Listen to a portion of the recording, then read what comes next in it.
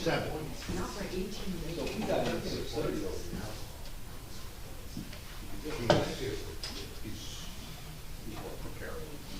He's pulling his hair out. The night before, yeah, the last night before me. no, the last meeting. His last Little deja vu. You can't come on the 22nd and present. You have a meeting. You have a council. That's why we want to be. I'll present it for you. How long? Could be 3 hours.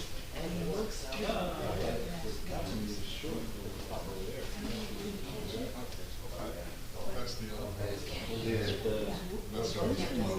At the auditorium. Upstairs in order for. No, 1:30. No. Okay. The existing. You'll be out, you'll be over there by 7. You'll be there, you could be over there by 7. No, I'm saying by the end of the If you look at downstairs, I'll just show when I get, if I can get. Show the downstairs, you got this I wall, will it's hard to talk see on to this. DJ again. And ask. Really, for this wall, schedule this for that would be this where that presentation. room is. And I'll let you know, even if I It's catch like you 10 by 12. that night, I'll try to do it. Plenty of room. Tomorrow. She's doing great. Don't tell her that you want to try to do it yourself. No, it's right there, right. What the situation is. I know they're gonna do all that stuff just before the meeting starts. Here, you see this They one? start at 7, right on the button. There's 2 bathrooms. And then they clear all that out, and then they'll do their regular 40 minutes.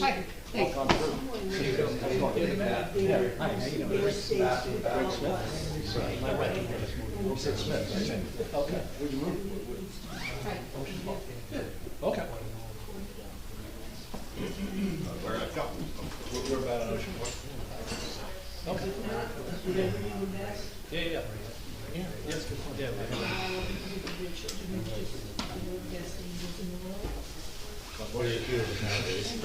Many people out. There's a guy.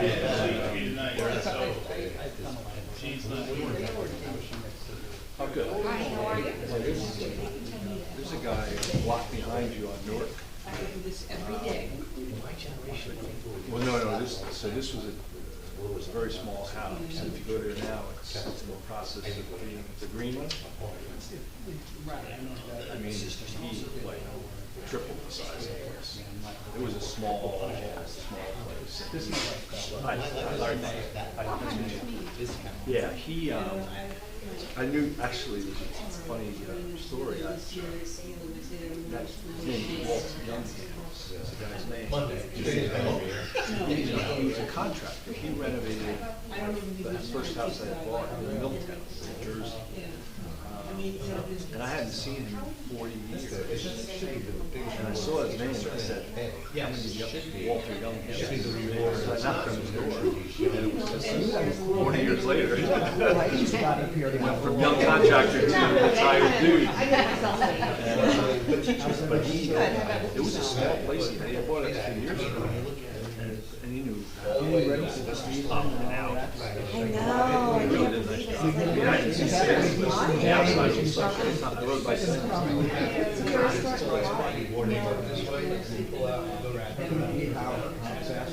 Okay.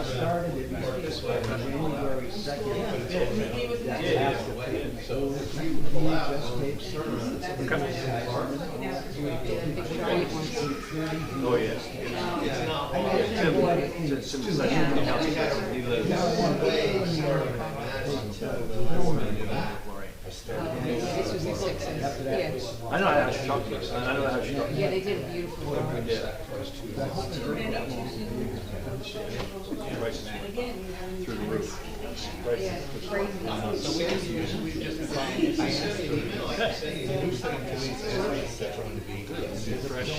could hear the benefits. I think we're a lot closer than we were a week ago. Oh, no, it's on the calendar. Oh, that was what I wanted to talk to her about. Take that off the calendar. There's a land use meeting on the calendar. I left a message for Kristen and said, I'm not aware of it. I'm not going to. What date is it? 17. All right, I'll check with her. She does post her stuff, so. Yeah, we think you said so. I think it's the next one, 24th. Okay. Yeah, no, that's why they changed it. Yeah, well, thank you.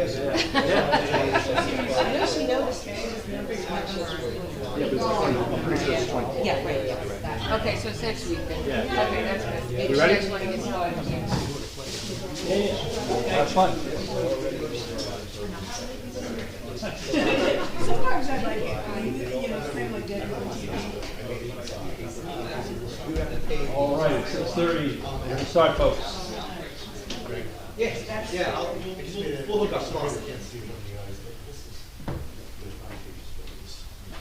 Thank you. There's just one email to me from Oh. So this? Yeah, she emailed me this morning. No, I already responded. Okay. But is it about the fence? Yes. I responded. Okay, good. Okay. Yeah, we're not gonna. Okay. Okay, we're gonna start with Pledge of Allegiance, please. If you would stand. Pledge allegiance to the flag of the United States of America, To the republic for which it stands, one nation, under God, indivisible, with liberty and justice for all. Okay. We're on, YouTube's on? Yes, everything is on? All right, thanks, everybody for coming. This is, second of this week, and we're looking for input, relative to these options, and the end game is that we provide, a set of options, or an option to our, construction, our engineering and architectural firm, and they move towards costing this out. There's a couple new people in the audience here, so I'm going to just start. I'll describe the options very, very top line, and then I'll turn it over to Council President Sexsmith for a minute, who's just going to try to make sure we stay on the straight and narrow. But I'll start. I got to walk over here because my contacts don't work real well close up. But the first option, so top to bottom, that's option 1, option 2, option 3. That's one outside rendering, and there's another outside rendering on that wall. There's a lot of different elements of each option, but option 1, as you can see, down the bottom left. Thank you, Tim. He's my man there. That's a parsonage building. That's currently the parsonage rectory, whatever you want to call it. Building. So that stays there. There's no determination as to what you would do with it at this point, but it doesn't go anywhere. So we maintain that east side of the building. That's the east side of the building. We eliminate the stairs, and on that rendering there, you can see there's a ramp all the way to the left that actually it's an old, we're calling it Madison Avenue Plaza. So it's a plaza building. Or the front facing is a plaza. It has a full kitchen area, and then the elevator in this option is integrated into the building. It's just part of the base building. This you could probably call kind of a base option. It doesn't have as many features as the others, additional features. It's pretty much not adding a lot onto the building. If anything, it's really just changing the face of the plaza on Madison Avenue side. Option 2. I'd probably call that the outdoor space option. There's outdoor space over the gym. There's a rooftop. On the east side, you can see there's just a little bit of oval on the east side. That's an additional entrance and some more outside space. The other elements of this that are different are inside the gym area, there's an elevated track that you can walk on above the gym. We do maintain the stairs, which in the last 2 options, the stairs are there. That's a big feature of the church, and a lot of people feel strongly about that. That's on the corner of LaReine and Madison. It's a partial plaza in this option. We cut the plaza off kind of at the middle of the building, maintaining the right-hand side of that, not the left-hand side. We add about 400 square feet on the east side of the building for an elevator and a small vestibule area, and it's a smaller kitchen in option 2. Option 3, the last one, is maintain the stairs on Madison LaReine, as I just mentioned, in option 2. It's a little bit more formal. It has a full kitchen and a corridor for that kitchen. You add 800 square feet, elevator plus vestibule plus restrooms. So that we're kind of calling the formal option. So we never expected that we would just say, okay, architects and engineers go pick option 2 or option 2 and 3.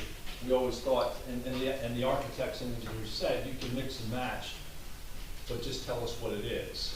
Is it option 2 with 3 things removed, or is it option 3 with 4 things removed?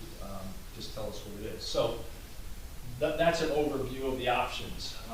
So do you want to cover your little preamble to the Sure. meeting constitution? Thanks, Mr. Mayor. You know, we've got some new people here tonight that weren't here on Monday, so I'd just like to reiterate a couple of things. The first is the meeting norms. Please come up to the podium if you have a comment or a question. Please come up to the podium, state your name, state your address, state your question. You'll then have 5 minutes to make your comments. I'd ask that if you've come up and spoken, that you wait until everybody else in the audience has had an opportunity to speak before you come up and try and go for a second bite at the apple. And lastly, the big thing really is the purpose of this meeting is to try and keep the conversation moving forward.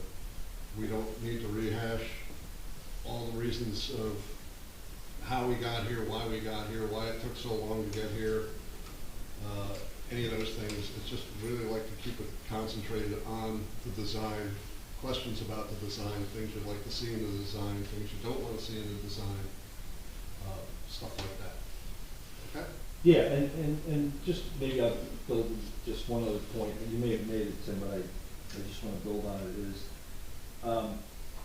stating whether you're a for, against, pro, con, really isn't moving us to the next step. The next step is to get an assessment by the engineers and architects. So that's what we're really trying to gather up information to drive at. So I just want to make that point. We're all ears as it relates to, I like this, I don't like this, could you think about this, did you think about this? But if it's a lot of discussion around, you know, the 10 reasons why we should or shouldn't move forward on this, that's going to be moved relative to the next step, and that's what we're really trying to get to, is the next step. So with that, does anybody have input?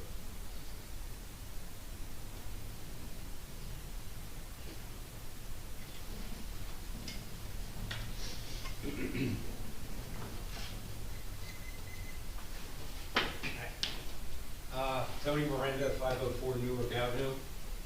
I've been kind of just sitting in the back listening to this from home and seeing the reports and what people are saying about certain things. I think it's a great idea. I think our town could really use a nice community center where people can come and we can have our own events and do some, you know, some really neat stuff for our town. One thing that I don't know that much about the of each plan or option. So if you could enlighten me a little bit. Sure. Parking. Parking is a major concern in this town, and we all know it's a dead horse, and it's a horse that's been beaten many times. I was just curious what plan is, and I apologize, I didn't really look at any of the drawings. I've been in the business for 40 years, so I know a lot about construction. You know, as far as the flow of people, it's just, it's a tight street. It's a big street, but it's a tight area. You know, so I guess my main question is what's the plan for parking? So right now,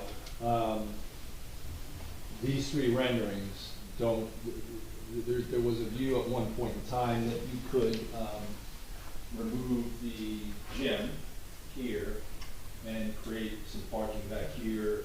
Well, let me go to this one. If the parsonage was removed, if the gym was removed, could you create some parking around there? There's some parking that you could create there, but the question, the big question that was kicked around was, is the value of 15 spaces, 20 spaces more than maintaining the gym? as part of the community center. So, Councilman Benel's looked at a couple options on, is there, what can we do from a perspective of handicapped and how many spaces are in front on either side of the building? It's marginal, it's not a ton of spaces. The solution would have to be some kind of offline parking, whether we create some parking lots around town, or we create shuttles back and forth, electric shuttles. There'll be some people that'll find parking on the street and just walk in. But if there's a large gathering, you won't be able to accommodate. So we have to work something out in terms of a parking lot or some kind of shuttle service or something like that. So The parsonage is part of one of the options is to take that building down. actually, two of them. Long and short. So in this first option, it's there, and we just didn't make a decision as to what to do with it. This option, there's like an outdoor, little bit of a plaza here and a different kind of entrance here and here. So, The long and short is, if we take down the parsonage and pave that entire lot, we can get 5 handicap spaces. We need a turnaround in the back. We could possibly put spaces on the other side, but then you would have, I believe it was a 12-foot to 14-foot drive lane. So you would have to pull into the turnaround at the end, turn around, and if somebody pulls in while you're pulling out, no room. If we put angle parking, you would have the same problem. If you take the stage off the back of the gym, that would give you a 12-foot alleyway. We would have to pave it all the way up to the property line. We would have then one way around the building. We could put in, I believe it was 12 regular spaces, 2 handicap spaces, but then we would also lose 2 spaces on the curb to get in and out. So it really, T&M is right. It's really not conducive. I mean, if we want to keep all the spaces on the street and put the first idea that I told you about the 5 handicap spaces, so we don't have to put handicap on the existing curb. But right now, that lot is roughly 65% impervious coverage, which is already 5% over. If we pave that whole lot, now we're like 80. Has any thought, are there going to be full-time employees working in this? we haven't gotten that far, but Okay. if we go to that, to the extent we're talking about here, there's got to be 1 or 2 people. I don't know if it's 2, I don't know if it's 1, I don't know if it's 3, but there would have to be, I would imagine. And we'd also have to assess, ongoing maintenance of the site, but I don't think that's extensive. Not the community center, what's it called? No, the rec center. Direct center. Would it be feasible to take a look at the rec center for parking and do the off-site parking like you That just could be one of the mentioned, where options, you yeah. could use that area? Yeah. that could Keep be the one. courts, keep the field. You could deep 6 the greenhouse. Yeah, I mean, if it's not being, That's if it's 16 spaces. Yeah, right, so, and then you could just shuttle from there, and then you're doing some, or you could even use it to park buses. Yep. You bring people in, you unload the bus Yeah, bus goes park that's there, part of you know what I mean? part of what we got to assess. All right. What, you're raising great points, and I think it's beneficial for the folks here tonight to at least hear that we, the council, have started, and operative board meeting started, to plan, to pull together a strategic plan for the borough for parking. Clearly, anything we do to enhance parking will benefit a community center, should we build a community center. But as Councilman Brunel said, we're looking at property on the rec center where the greenhouse is, other potential properties where we could create more parking. And it's a bigger project than this alone, but Right. I think it's critical for us to be able to build and grow without creating additional density challenges that come with that. And as far as each option, estimates haven't been put together, so. That's what we're trying to ascertain. But I can tell you that there's three elements of cost. The first element is the structural fixes that have to take place, and we have gotten a quote on that. The second is what you call an MEP package, the mechanical, electrical, plumbing, all that stuff. And the third is the architectural work. So we're gonna get three costs. That third cost, the architectural, what they've told us is between these three options, there's 10 to 15% differential. And they did tell us the other day that 2 is probably the most expensive option. But that's a relative term, you know, it depends on, you know, if all the architectural stuff's $1 million and it's $100,000 differential. If all the architectural stuff's $4 million, that's $400,000. So, you know, it's a little bit relative and we just don't know at this point. But we will once we get, you know, this estimate. And they are gonna break out the three elements of cost, the structural, the MEP, and the architectural. And to some extent. About the bid, obviously. Oh, yeah. And to some extent, I'm still trying to figure out what level of line detail they can give us, because I've gotten 2 different stories on that from them. An elemental detail and then maybe not so much, so we're still working on that with them. Thank you. Okay, thank you. Thanks for your interest. Anyone else have a question? Yes?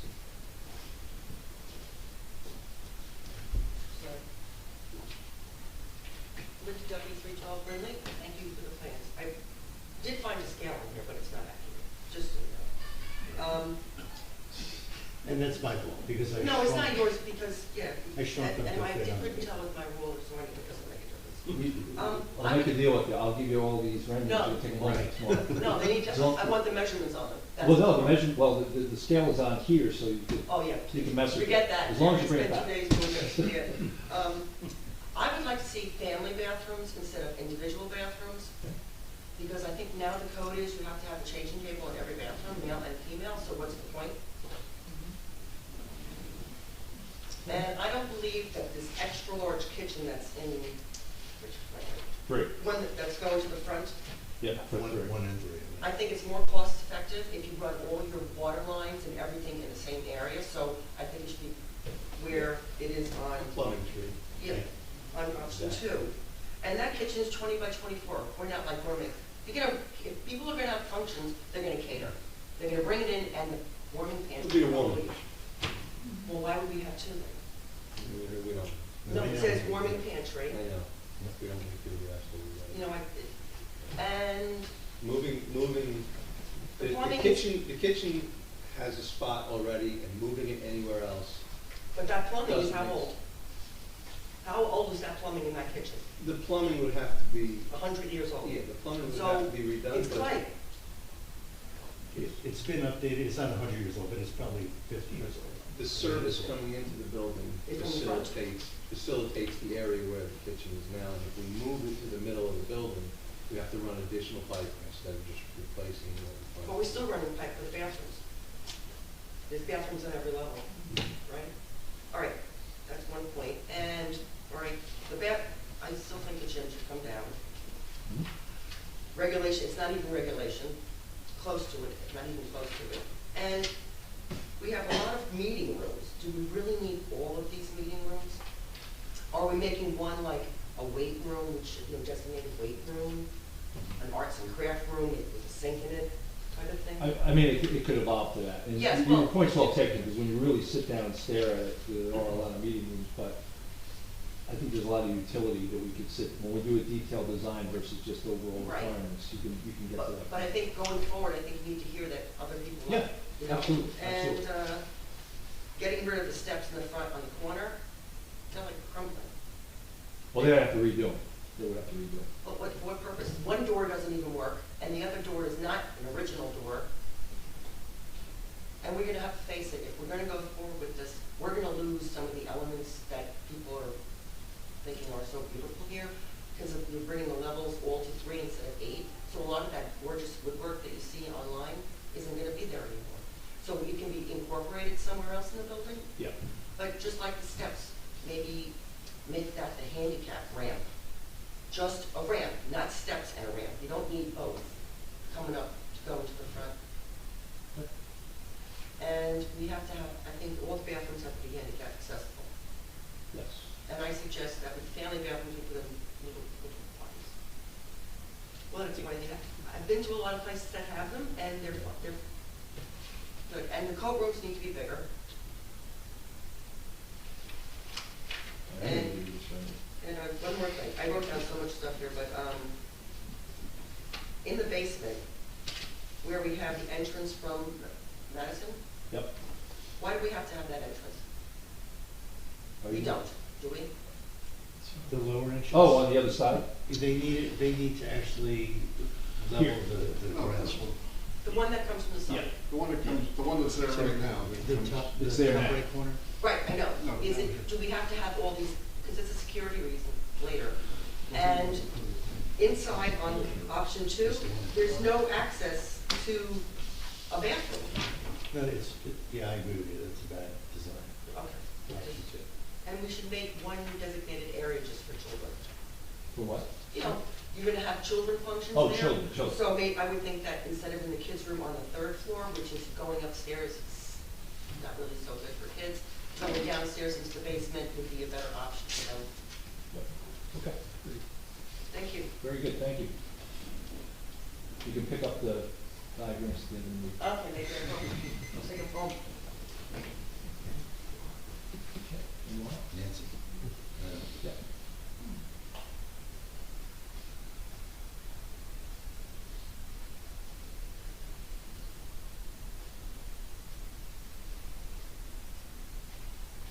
Nancy Meadow, I've not moved in 48 hours, still at Ocean Park Condos. I want to move, please help me. I'm so glad that lady spoke before me, because she did say quite a few things that I agree with. But before I go through that, you know, we can't go backwards and repair the damage that has occurred since we purchased the building. However, several meetings ago, we did talk about not making it any worse. And I've been meaning to ask, who has keys, and have we tarped the roof, and have we taken any steps to not making this worse since we had that conversation, or since it was brought up? Yeah, Tuesday, there'll be a resolution, funding the engineering firm to start that work. So no one has even tarped it? No, we always talked it. No. Okay, thank you. That's a very clear answer. We haven't No done one has anything to tarped- protect it. They've done nothing. Okay, so I agree, certainly. And what's happening Tuesday is we're going to vote on a proposal to get specifications for a bid. Has nothing to do with temporary protection. Right, I caught that. Well, the bid will be for temporary production. Right, but in the meantime, until we go through all of that, we're not doing anything to protect Right. it from further deteriorating. Correct. I just want the public to understand that, as myself. So anyways, regarding the children, and we know that they have a special place in my heart. However, I've made it clear that they don't have a special place in my heart for this particular project. But I recognize that they're going to be there. I also recognize the fact that they're not going to be there only with their families. If we as a community are investing all of this time as well as money, I believe they really need their own area that can be cordoned off so they're not running amok and being children. And don't tell me the children aren't, I know you think your children are perfect, but trust me, I'm looking daily, they are not. I also believe they need their own bathrooms. They can be, family members can go in there and whatever, but I will tell you right now, the dirtiest bathrooms in the world are the female bathrooms. And I don't need kids adding to it and all the damage they do and all of that. And I think that it's very important to recognize the not demographics, but the special needs of children from certain different age groups, you know, from when they can be, you know, toddlers through teenagers, since it is going to be a community center. And it's one thing, you know, if we're all going to sing songs together, but there are going to be parts where they're going to be off on their own, doing their own activities. And regarding the whole kitchen thing, I don't know, but I don't see why we have to get into all of that food and it's certainly not gonna be a moneymaker for us, it's not gonna be income-based. And I'd also like to see a space, I know we would be designing the historical museum, but a space where we can sell Bradley Beach novelties, I guess we would call it. Merch, yeah, I'm older, I'm sorry, I used the word novelties. I wanted to buy some for the Historical Society, but it was 30% of the price was for shipping, and I'm too cheap for that. So if we could have the barest of inventory, you know, some of the mugs, some of the beach towels, things like that, I could do that, you know, little store, you know. I think that, you know, be an asset, especially at special times of the year and things like that. And I want to encourage also that if we ever do this discussions and advertise them in more places than on the website, which, by the way, does not call it the church project, does not call it the Bradley Beach Community Center, nor does the legal notice on the website, unless my digital stuff is different than everyone else's. Can we say with options, please? I don't have, I'm sorry, last time I wanted the M option for maybe. I'm sorry? I chose last time the M option for maybe. Those were my options. You don't need to smirk it, Tim, it's not necessary. No? But now I lost my train of thought. Oh, I guess my options are on. Oh, the food, no, wasn't food. Oh, well, I'll think about it for the next meeting. Thank you for listening. Thank you. Anyone else?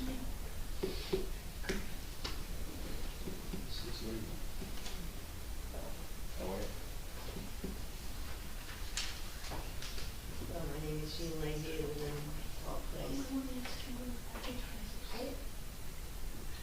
They're all very interesting.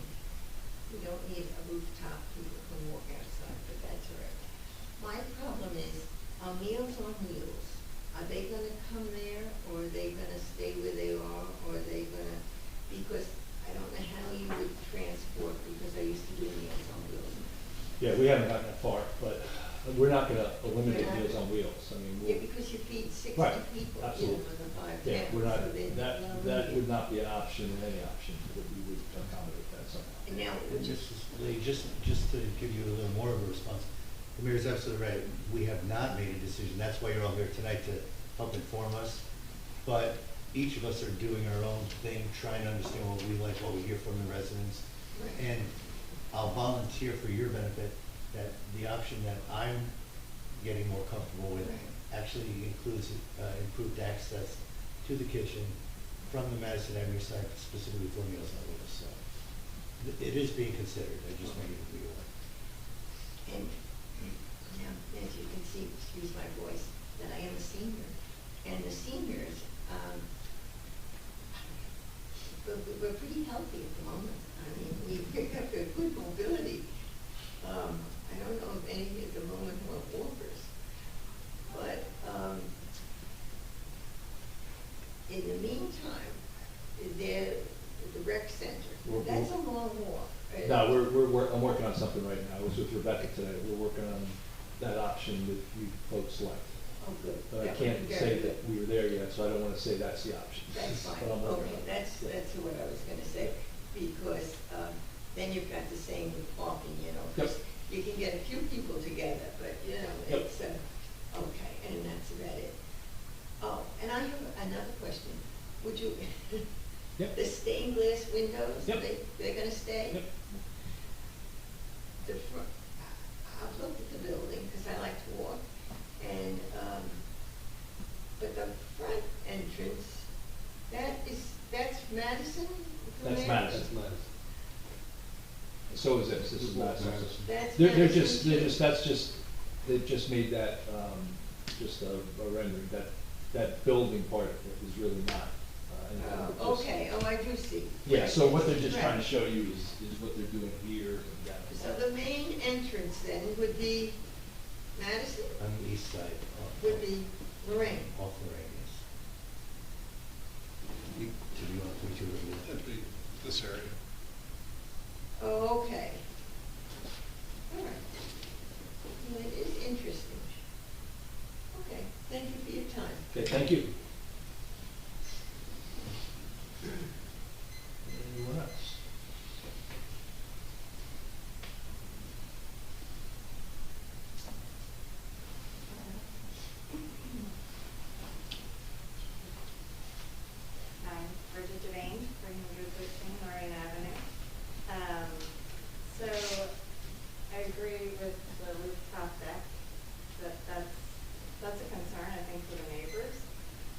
And a few months ago, at the zoning board, the property right next door to this property, had a project. You mean behind it?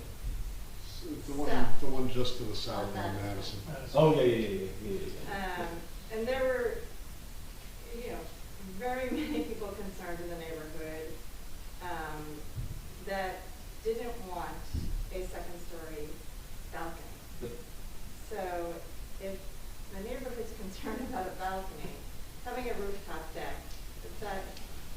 that's a concern for the privacy of everyone in the neighborhood. You're a no vote for the rooftop deck. I'm a no vote. Okay. Yeah. I think it'd be lovely to look outside and see everybody gathered, but I do think that's, for the privacy of it. You were contemplating putting it on the west side. That doesn't change. So,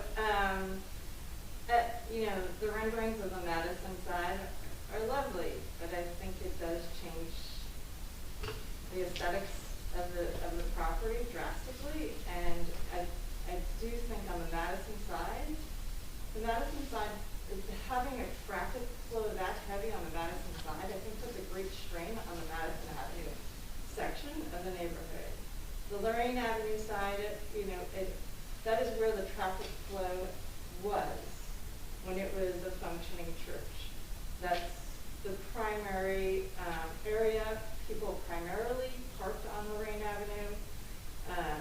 They would go up and down LaReine Avenue and look for parking. They entered on LaReine Avenue. The Madison side was very much the quiet side. And I think that changes the entire dynamic and the flow, and I think that has a negative impact on the community. Madison is a tight little street. So LaReine is a wider street, and I think it can handle that flow better. So I do have concerns about just the layout of the Madison side of the building, and that I think the less change to that side, the better. I do like the steps. I think they're beautiful.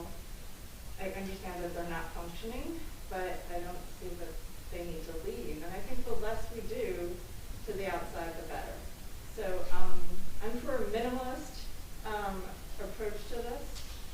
I think that the building has itself, it functioned. It doesn't function perfectly, and I get it. The flow of the building needs to be improved.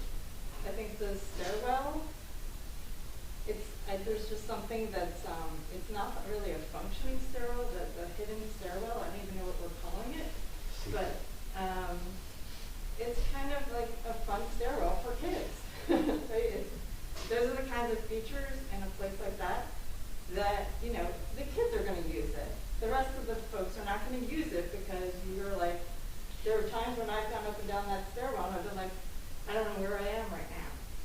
And as a kid, you're kind of like, that's fun. As an adult, I'm like, I don't know how to get out of here. I don't know where I am. And so I think it's a fun feature for kids. So if there's a way that could be considered as part of the kids area, I think that makes sense. And that's all I have to say. Yeah, thank you.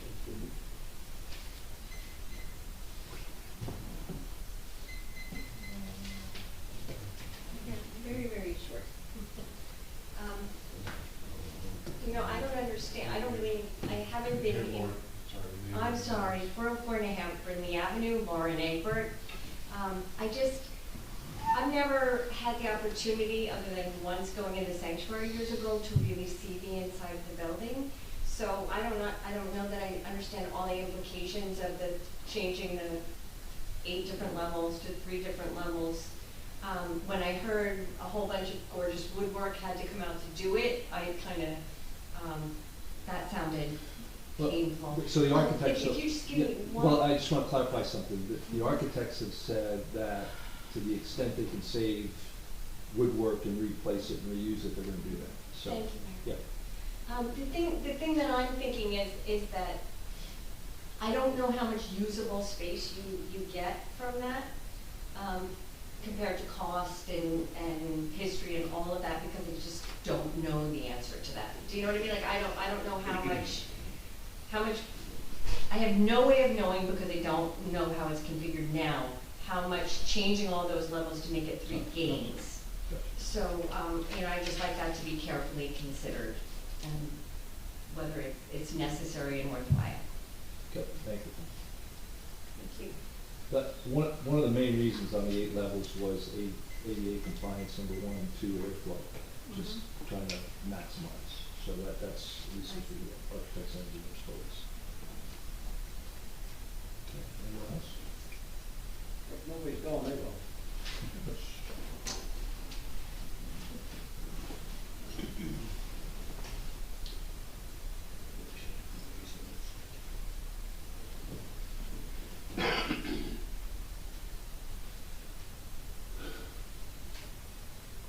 Specimen 603rd Avenue. No plans, there's no list, so I'm just going to wait it. To begin, I'm very impressed at how civilized everyone is in discussing this. It got off the rails a few times along the way. I think this is a tremendous move forward, a necessary one, and what we're trying to do is to find out if we want to do this. If so, what are some of the details which we're reviewing in depth here? I don't think it's time to do certain things. We have enough of a presentation here. You've heard enough from the public and amongst yourself to come up with which plan you want to go forward on. I think removing those things that you're talking about now, and we're all against that roof, I include. But I think with regards to having this plan, having them price it, after it's done, now you look and see what you've got. How much is that going to be if we take that off? How much is going to be if we take that off? Or instead of doing this, doing that. I think it's the wrong time to take those things off. And I want to thank you all again for being civilized.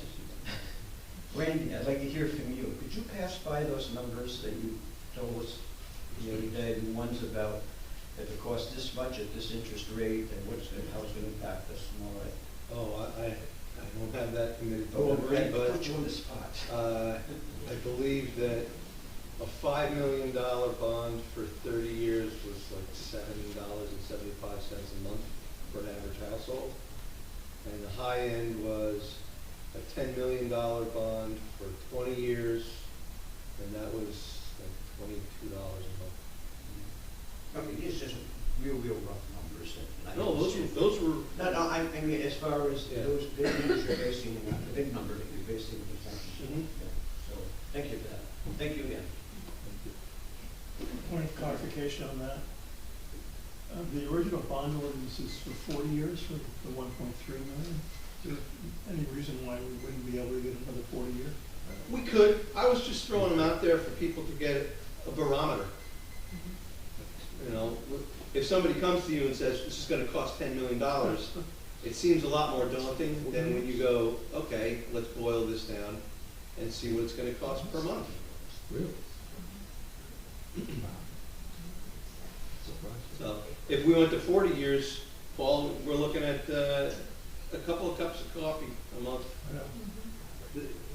I would just say, again, in the interest of keeping us all on track, we're here to try to get a design so that we can get a cost, so that we can then provide to you these estimates. So Councilman Bonel's give you a very broad range to give you get you in the universe. But what we really want to do is get you down to the planet Earth, and to do that, we just need additional guidance from you all around, how this building should be constructed. So. Yep.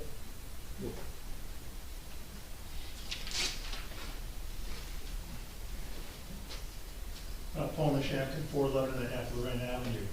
I'm just going to cover a few points. One, I think of this as a community and cultural center. This is going to be, if it does exist, it's going to be an important venue for musical events of all sorts, from organ recitals, as a wonderful organ, to string quartets, to small rock bands. And what is important to retain is the sanctuary as it stands now, with pews and with a concave floor. And the reason that's so important is because of the acoustics of that room. This is an incredibly fine designed room, specifically for acoustics. One thing you may not realize about the Methodist Church tradition is it's a musical tradition. Every Methodist church was designed specifically for choral presentations, organ recitals, and for music. That's why in the Shepherd's Hall you have the balconies. Those are the choir lofts. And there are 3 of them. They have 3 different choirs by age group. And that whole upstairs is a beautiful section. And the views from the choir loft down into Shepherd's Hall is an extraordinary architectural feature of the building. When I saw the plans of where the Historical Society would go, and I got a slight bias there since I'm the president of the Historical Society, they had only assigned the one area on the sanctuary level, on the north side, the hallway that joins the 2 main entrances to the sanctuary as a place for the Historical Society. And that's not enough to display 1/3 of our existing materials. It would be a great place for a permanent exhibit on a very quick history of the highlights of Bradley Beach. But basically the Historical Society Museum would need more space.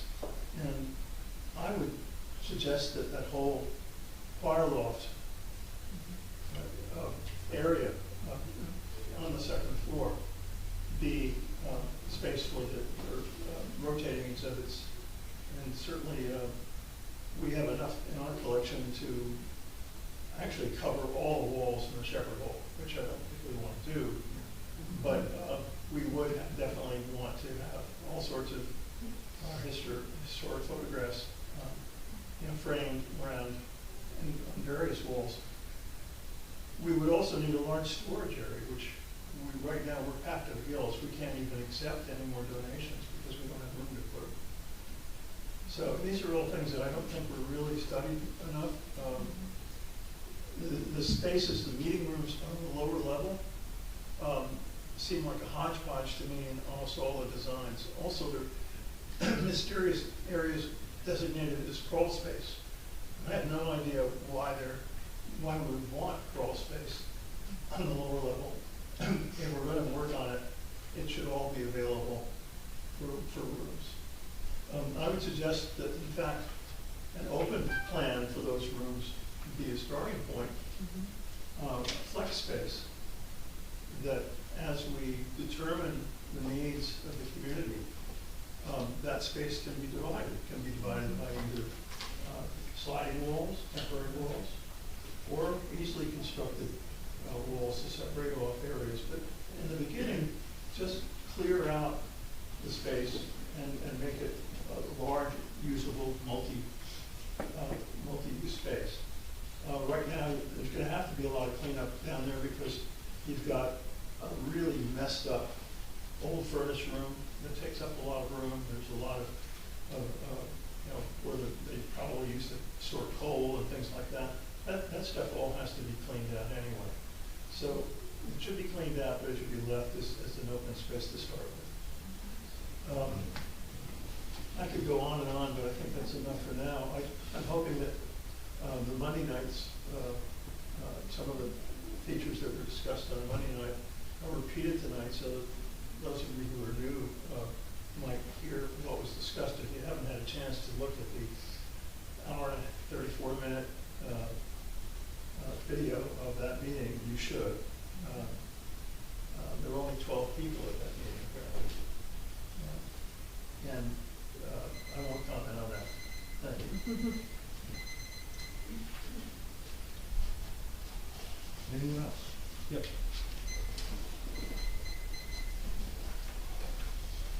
Thomas J. Cohen, 612 3rd Avenue. I'm sure you have my notes from Monday night, Mayor. A lot of them have been reiterated tonight. I appreciate Mr. Nishemkin's comments about the sanctuary think that's an integral part. And also this secret staircase, the architects did find it important enough to leave in there. It is an interesting element. Having worked at the Spring Lake Community House on theater plays, there's a non-code compliant iron circular staircase that's about 22 inches wide. And it would go from the basement all the way to the dressing rooms on the second floor. And there'd be sometimes 14 to 25 dancers going up and coming down. And it functions. I mean, I think that's what we need to realize, that many things in that, and that's a Century building, just like this building, things are functional and don't have to be code compliant, as they'll be covered by the renovation subcode. So not everything in this building, just like the Spring Lake Community House, has to be code compliant. I think that's a very important factor. What I really like to see, and I think these two meetings were helpful to get us there, is that option 4, where we say the council agrees, the public agrees, here's the option 4, we're sending this out for pricing, and we all got to review it. I think that's really the most important thing.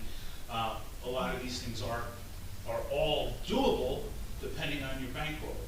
And I don't think we need to spend a huge bankroll on some of these amenities, and there are value engineering ways to do this, as Councilman Bennell has already said.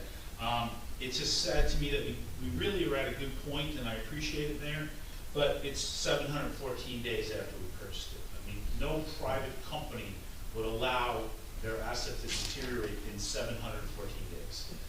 So I would have loved to have been here at like day 300. I think we could have advanced a little farther, but that being said, I am happy we are here, and I'm happy we've had this opportunity. I do want to say I appreciate everyone coming. I just wish there were more people, and the public notice, again, I want to say is flawed. It doesn't have a topic. It doesn't have any agenda items on it. It was posted in the Asbury Park Press. It's not a legal posting for this meeting, but I do want to say I'm happy we're having this meeting. Thank you very much. I did a little homework, like I said I was going to do, TJ. Yes, sir. The structure's under 4 stories, and the second floor is 500 square feet. As long as it's not over 3,000, there is no requirement for elevator access to that 500 square feet. And there are a host of exceptions for the sanctuary. This is coming from 2 different architects. The sanctuary itself will require some more investigation. I talked to Al today about the floor flattening concept, and it may not be flattening the entire floor all the way across. It may just be a smaller section up front, but there's all kinds of ways to value engineer and look at this cleverly, and we haven't done that yet. We've just said, it's non-code compliant, gotta flatten. They've gotta have an elevator to the second floor. We don't. There's ways we can be creative and get around it. One other thing that you don't have to do is have duplicity, which means, and I know some people want every bathroom to be ADA compliant, but that's not a requirement. You don't have to have duplicity in a public building to that degree. If you have 2 of something, one can be ADA compliant and the other doesn't have to be. So there's ways that we can control the cost through value engineering, and that's something that we have not done yet. So maybe the answer is we pick option 3 or a variation of option 3 and get the full cost for it, and then put some time into value engineering and say, what are our options for the options as far as compliance to ADA? Because you're absolutely right, TJ, about the Spring Lake structure. There's all kinds of stuff in there that's not code compliant. But that's something, again, we haven't explored that. I had some fairly professional advice on this. I've been involved with the Hoboken Historical Museum for over 25 years. And basically, we have a historic building where we have a museum, with a balcony level, with no lift to get up to that level. For every 5 years or so, I would write an ADA compliance document to submit to the federal government on it, and we have to do that in order to get any of our grants. And the Hoboken Historical Museum gets hundreds and hundreds of thousands of dollars in grants from the federal government, from the state of New Jersey, from the county of Hudson, from everywhere. And it has to meet ADA compliant regulations. However, there is a way to do mediation on that. And basically what we did with our balcony, which was not accessible, is we made a multimedia presentation of whatever was on our balcony available on the ground level. And that was enough to satisfy everybody legally. So there's all sorts of ways to get around it. You know, I had a 20-minute conversation with 2 different people today, and it opens up the door, but the real conversation is a lot more than 20 minutes. You're absolutely right. I've said it before. We get in there and we live in it, and we do what you've been doing for 25 years. You write a report. And maybe we do change it. Maybe after we live in it for 10 years, we decide we're going to make a change. Sure. You know, something that makes sense. And you can get grants for things like lifts. Yeah. Yes, we can. I don't want to take anybody's time. I just want to know what the time frame. I have to give you credit. Listen, we had COVID for 2 years, you were shut down, everything was a mess, so you know it's a wash for everybody. You did the best that you could. So what are we doing next? Next, you're gonna submit this for a cost for each plan? No, just for one plan. All right, so which plan are we going with? We don't, All right, so That's the question. okay, you guys can decide. All right, and then it's, you're gonna. it's not gonna be, it's probably not gonna be 1, 2, or 3, it's probably gonna be one of those. It's going to be one as a basis, and we'll make some changes to it probably. All right. Can we just find out how much it costs to knock down the gym? Because I'm worried about the foundation of the place. We're gonna do that evaluation after this. No, that's fine. That structural evaluation has already been done. And we Okay, won't- but they didn't even dig. They didn't dig, but they were fairly forensic. They went into the walls. They didn't, obviously you have some background. Yeah, I you know, I walk around the building a lot, just, you know. But I walk said around. that on Monday, if, you know, one of the things that makes a rooftop deck on that structure. Oh, forget that. Forget that, Is because it's we just do not have there. to, we do have to go down to the foundation. Yeah, but on the sides. I was walking around saying, there's a lot of rock. Oh, yeah. So it's a huge structure to Right. replace the sill plate there. It's not, and the windows are all rotted. Yes, it is. So, No, and that's in the structural costs, how to remediate that, yes.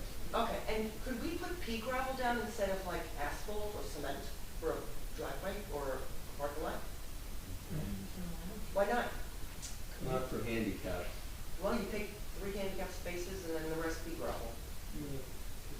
Because it's permeable. I don't think we consider. Yeah, I know where Pavers you're driving. aren't, they used to be not considered, Yeah. but now they are, right? Depends who's telling you whether they are or aren't. All right, just wanted to know. All right, thank you. Thank you. But everything you just said is valid. That worries me, just the foundation of the building. Yep. Yep.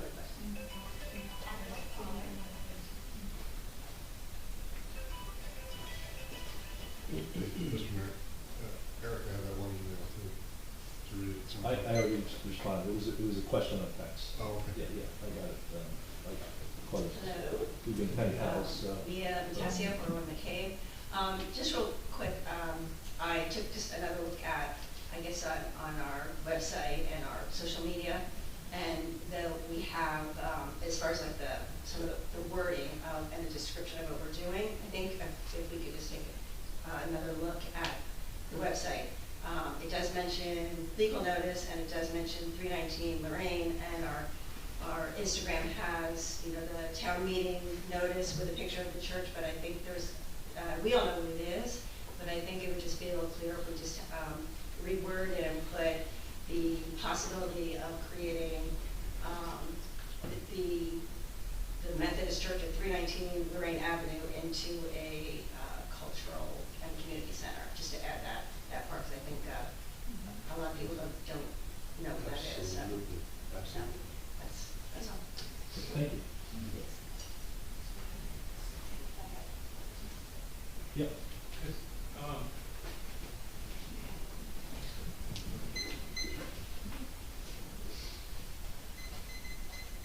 silly thought, and maybe to get more people in, could you do an outing at the place, or you can't walk people through the building?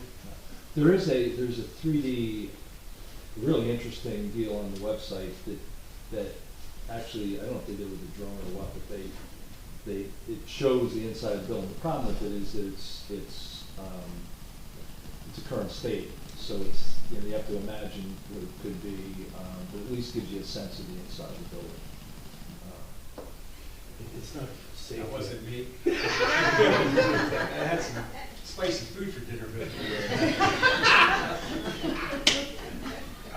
Yeah, so the structural isn't sound, the structure isn't sound to actually take a walk through it. Unfortunately. Because I think it would help a lot of people to, like a lot of people in the community do, go out and walk around the site. And, Yeah, you can walk around the site, but take a look at the deal on the website, because there are some rooms that look pretty good. And actually, there's 2 presentations that actually show some pretty good pictures on the website that the architects took as part of the presentation that they did on February 22nd.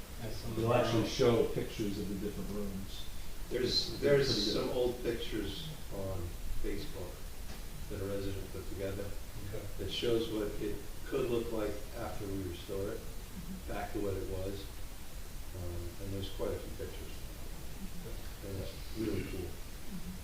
Yeah, I was in it 5, 6 years ago, actually longer than that, probably 10 years ago. That's probably when these photos were done. Yeah, but check, if you look at the presentation that says on the website, if you hit those, it's a PowerPoint presentation. There's actually, they did a pretty good job of like showing this, like this rendering and saying, okay, this is that room, this is what this is. So it's pretty good. They took pretty good pictures. Yeah. And that's on the town website? Yes, it is. Yeah, absolutely. Yeah. Again, thank you, gentlemen. Thank you. Mayor, there's been times when I've gone to the website and those things were pretty front and center, and there were times when I really had to dig. It seems like they move around. So I'm wondering, you know, it's been my experience, you know, if you could take another look and see about getting like 3D walkthrough, you know. And then one thing that I also like to say about the 3D walkthrough is it looks to me like there's a lot of sort of rubble-looking debris that looks like it's created by the forensics examination of the walls. Some of it was, yes. Yeah, it doesn't look, you know, you have to No, kind of keep in mind that it's not that it just spontaneously fell No, there. it's part of the forensics. They didn't really have to hit it with a sledgehammer too hard to get. They didn't have to? No.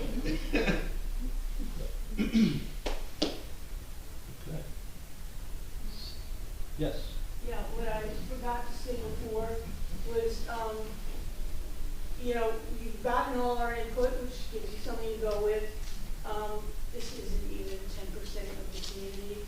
So, besides legal notices in the website, perhaps you might have a flyer at the library regarding these meetings for attendance, inviting more people that maybe don't know about it, who are not computer people, because this clearly doesn't represent them, but again, we have enough to go with, so either way, but we seem to exclude a lot of people this way. Thank you. Yep. Mayor, if we could, you know, get a drawing of a composite option 4, and then have another meeting based around that, I think you might be very successful.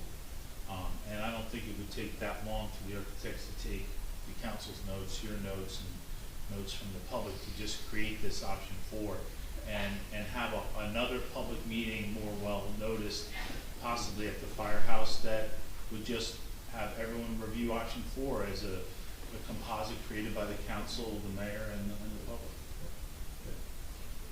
public. Has anyone gotten close to that at all? Because I know that there was going to be to something that looks like a composite based on our comments and this study, because No. not even close. Okay. No?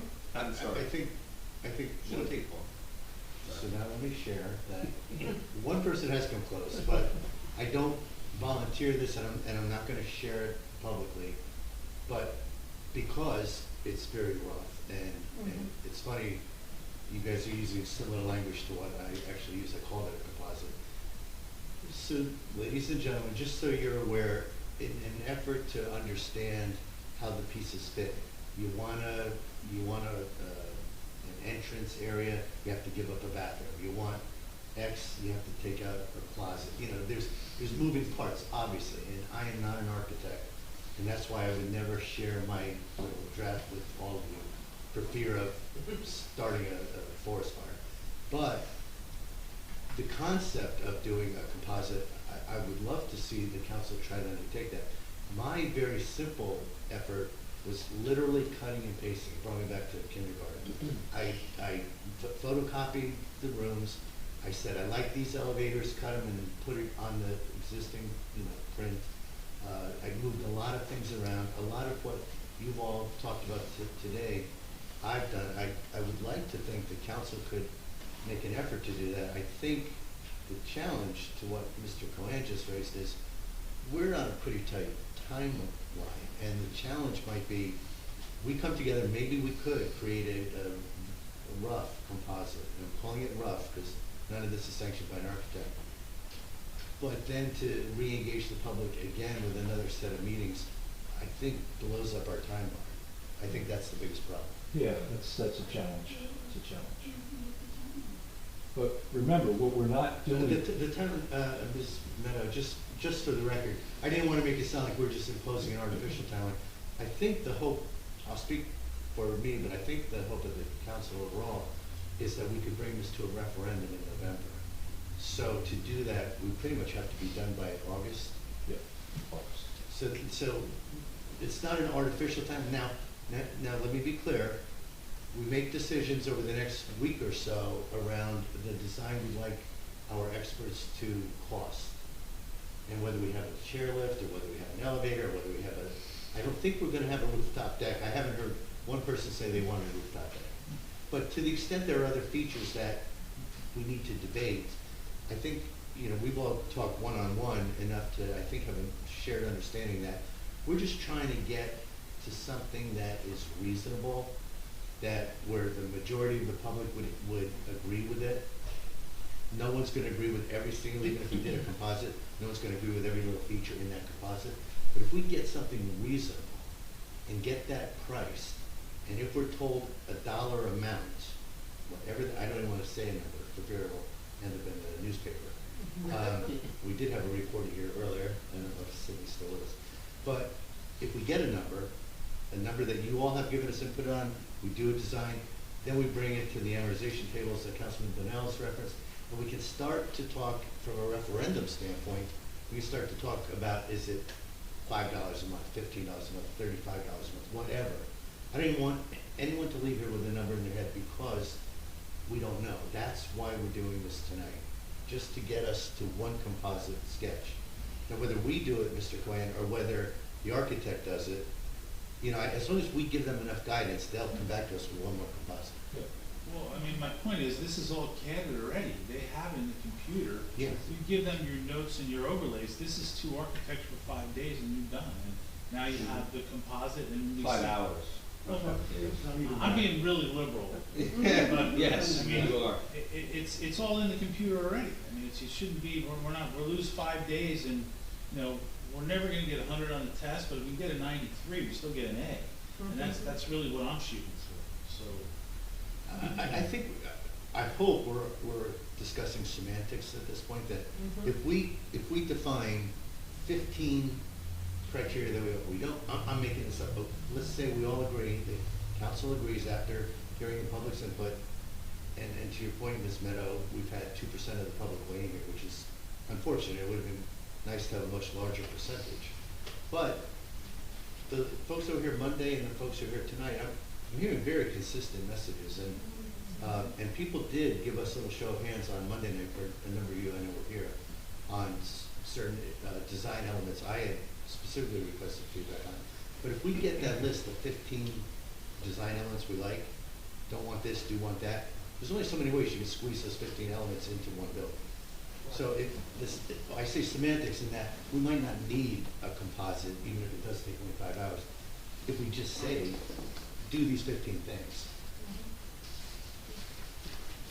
Just for clarification, that doesn't mean even that design is written in stone. Correct. It means that that's what we get a cost estimate on, so we have an idea of what we're dealing with. Yeah, that's And then it can be finessed. Yeah, I kind of liken it to, when you go through a project, this is kind of requirements definition, not into detailed design. Mm-hmm. Detailed design is when you start talking about, do I want that wall there, or do I really want that, do I really want that? That's gonna require a real depth of conversation, absolutely. Another quick question, if I may.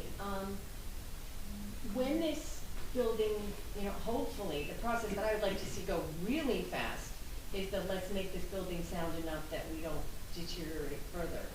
Do we have a chance of maybe being able to get some entrance into the building for anybody to see? We could ask that question of the engineers. You have somebody take a video, That would be. post it. Yeah, okay. There's nothing like Yeah, being that's in the building. If you Yeah, I would can- love to if be you in can- this space if it could happen, but if we can get a video, that's nice too. It's worth sharing with the town, with the borough, and certainly with folks here in this room, that we have had a lot of feedback. There has been a lot of testing, a lot of evaluation of the structural soundness of the building. And the feedback we received, we've been given dollar numbers, but it's only a part. It's only the structural integrity to repair. We need the rest of the design elements before we can share them with the public. But what they said loud and clear is this is a remarkably sound building for its age. They were unbelievably impressed. They went up in the sanctuary dome, and they were unbelievably impressed by the quality of the wood there, that they anticipated there was going to be a lot of repair work necessary, and they said there's basically nothing to do. It's like mint condition. On the other hand, there are structural challenges, and there's significant dollars attached, but they said they're not overcomable. A simple example, structurally, they said, our professionals shared with us, they were really worried because they saw a lot of the bricks in the foundation. And Miss, you mentioned that earlier. Coming apart, we have a couple hundred pages. Ray, how many pages is that? 176 pages. 176 pages with pictures of the bricks tumbling out and everything. The foundation along most of the church is brick, which is not, typical. But they told us they thought it might be millions of dollars to have to raise the building to put in a new foundation. They did research, they found experts in the field, and they've actually got a fairly modest cost, which you can't share with you yet, modest, nothing close to $1 million, to be able to repair the brick foundation. But they had to find expertise that could do that. So we're being told structurally that this is a really sound building. Now, why can't you walk in it? Because there's asbestos, because there's lead issues, but there are weak floorboards and parts from the rain infiltration that's come in, where an individual or two have actually stepped and gone Well, through the floor. the first floor actually doesn't have foundation below it. It's The floor joists are laying in the dirt. That's Yeah. why that's all degraded. So, That's not an expensive fix. No. No, we're not saying it is, I just want to give everyone a sense for what we understand to date. Yeah. I have a question. We went out for bid on mold, lead, and asbestos removal a year and a half ago. We received one bid, I believe it was around 160,000 plus, for settling those three problems. Nothing ever was done, so the bid timed out, I guess. And I'm wondering why that was under the last business administrator. And I'm just wondering, why that wasn't picked up immediately. Good question, because we have to do that whether we sell it or not. Yeah. Don't know if I'll say. I would call it inertia. It's a shame. Yeah, it is. Yes. Yeah, I understand we, again, can't go backwards and deal with time lost in moving this project forward. And I understand that we're all now excited and eager to get more information and see how we will or will not proceed. However, I personally do not think we should make decisions based on a timeline. I personally have witnessed too many times in this town rushing and things are done wrong, and then we end up having to redo them.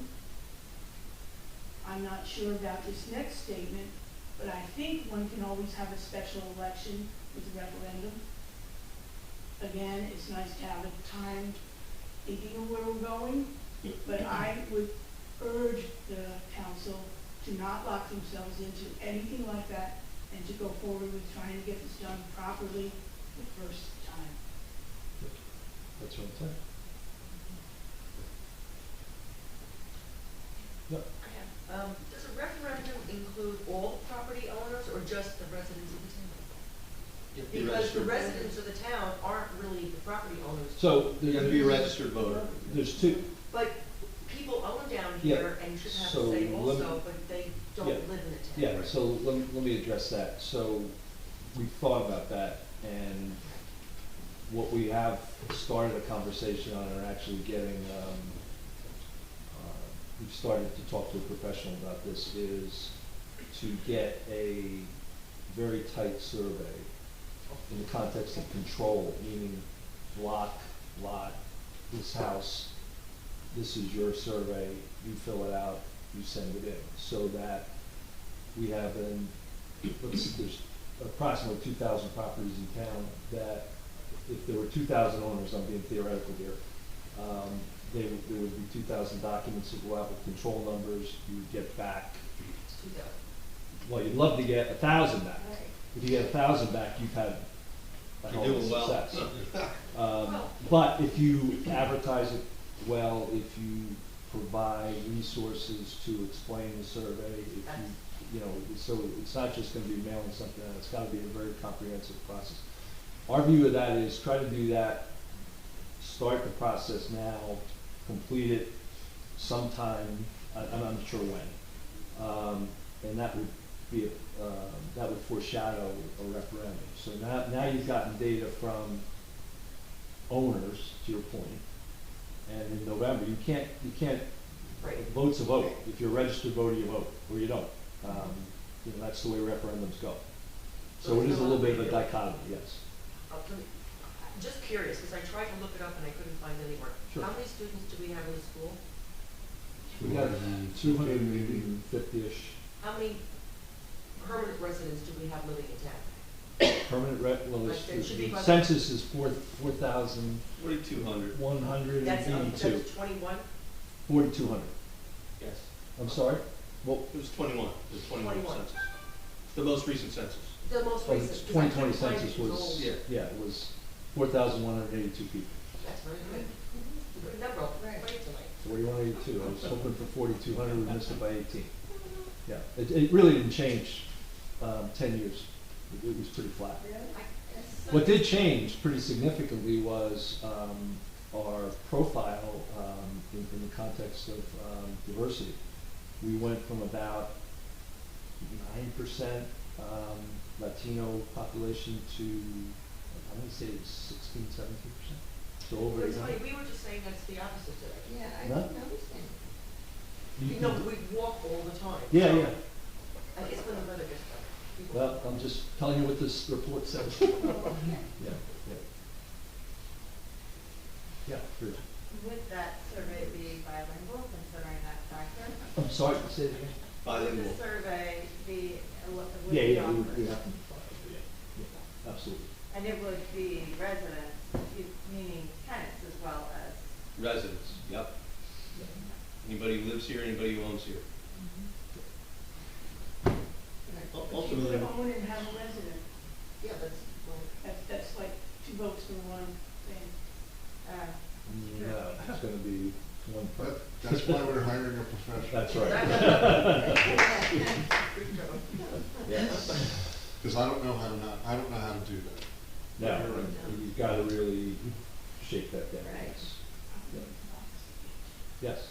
I'm just hoping that we have as much information as possible in before that survey ever goes out.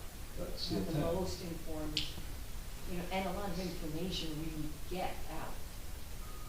So, That's the intent. The biggest single data point we can offer people, I've said this before, I'm gonna say it again. I think 99% of our residents, if we said a community center, we could build this beautiful community center, say this historic church, and it was free, I think we get 99% of people saying, well, you know, let's do that, it's free. But I think we can't tell you it's free. In fact, there is going to be a cost.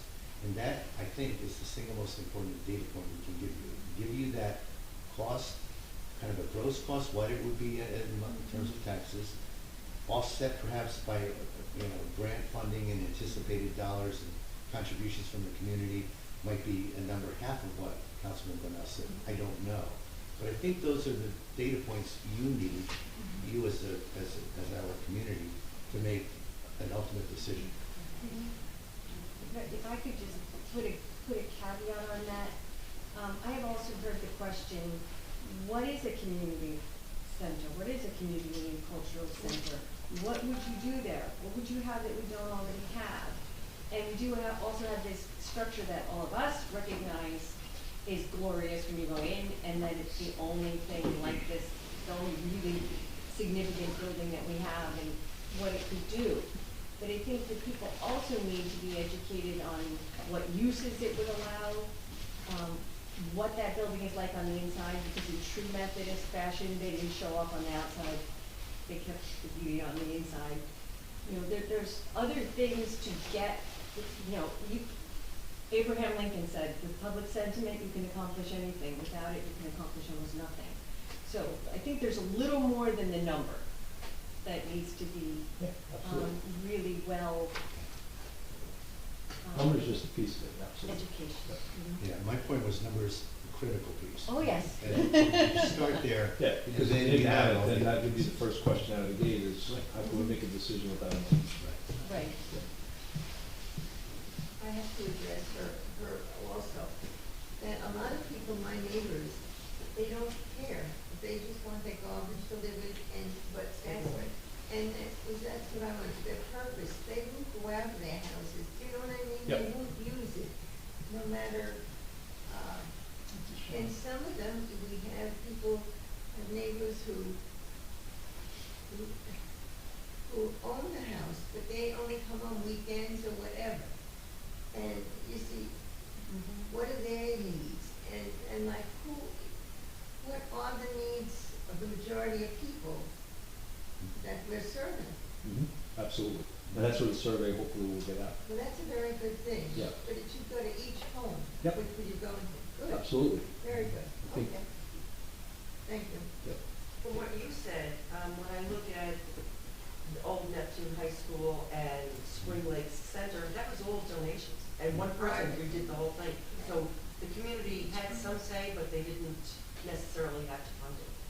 So it made a big difference. And I kind of think Spring Lake is all on donations now, from what I read on the website.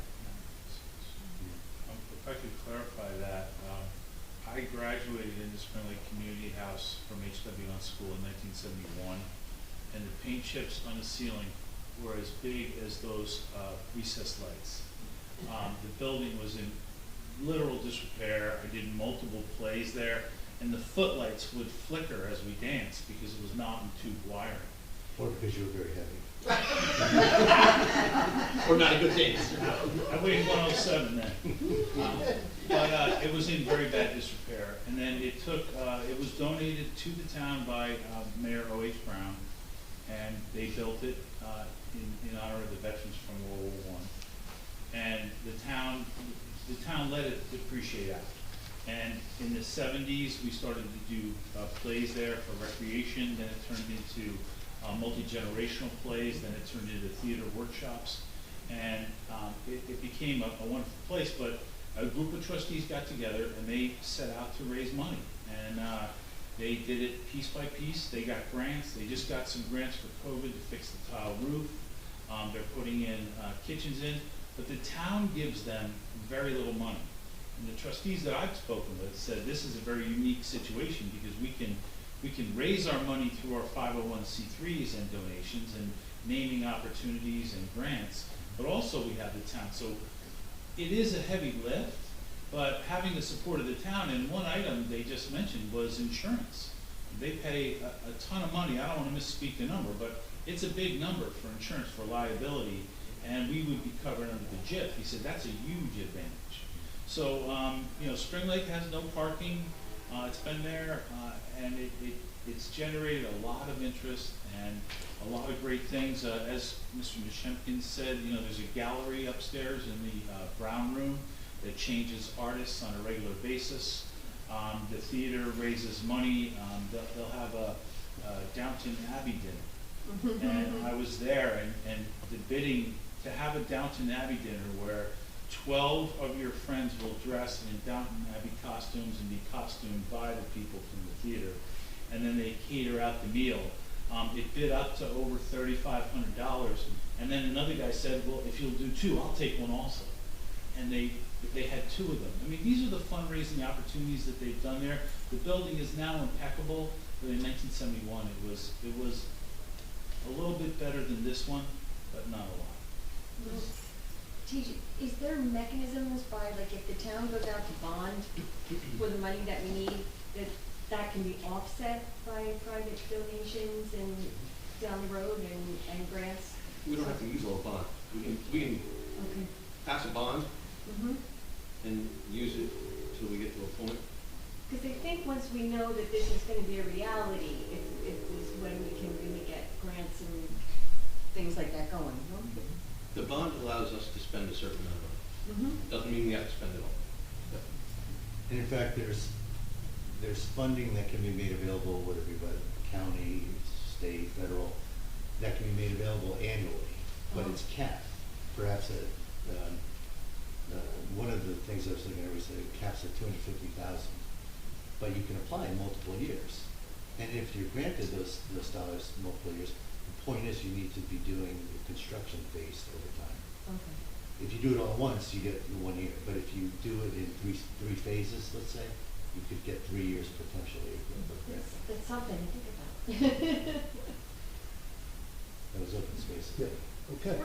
Spring Lake is a completely different town than ours. Yes.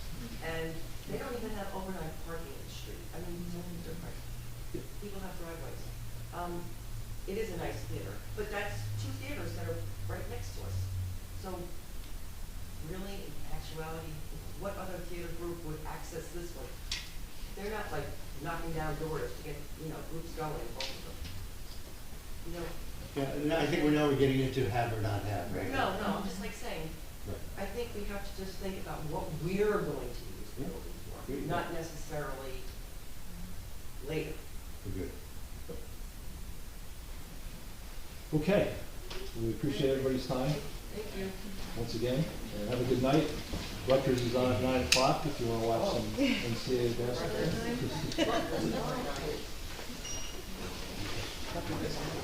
Yeah, nice to meet you. I have one. This one? That was the answer to your question. So there's a couple of things.